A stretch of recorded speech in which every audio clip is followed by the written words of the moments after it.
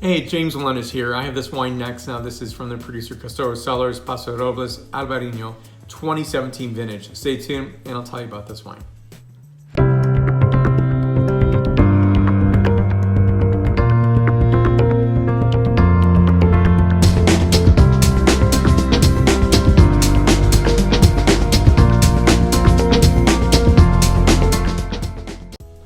So a lovely Albariño from Paso Robles, and I think Paso I've studied for a long time and have visited, putting foot on ground. Really cool place because great diversity, and also the sub AVAs, or the districts as they're called. So I love Paso. I think the wines are fantastic, and I think it's a really great region to think about. Not just the Rhone varieties, which it's known for, but also the Bordeaux and the Burgundy varieties, and also Italian and Iberian varieties as well, such as this wine right here.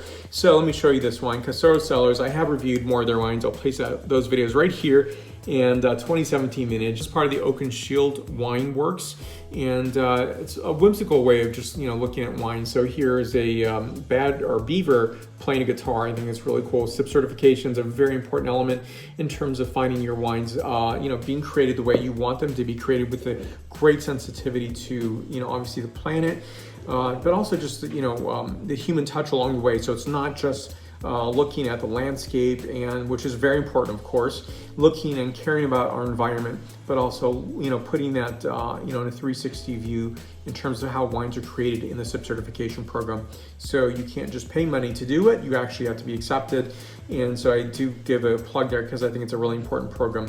So Albariño, this is something that I find very fascinating because there's so many expressions in California of Albariño. Now, if you're going to be blindfolded tasting these with a Rías Baixas Albariño from Northwest Spain in Galicia, you're going to be tasting a different characteristic. You might be able to identify them blindfolded. So on this, I'm getting notes of tropical fruit notes, a bit of seashells, broken seashells, as well as freshly cut flowers. Nicely done. Next, the palate characterization.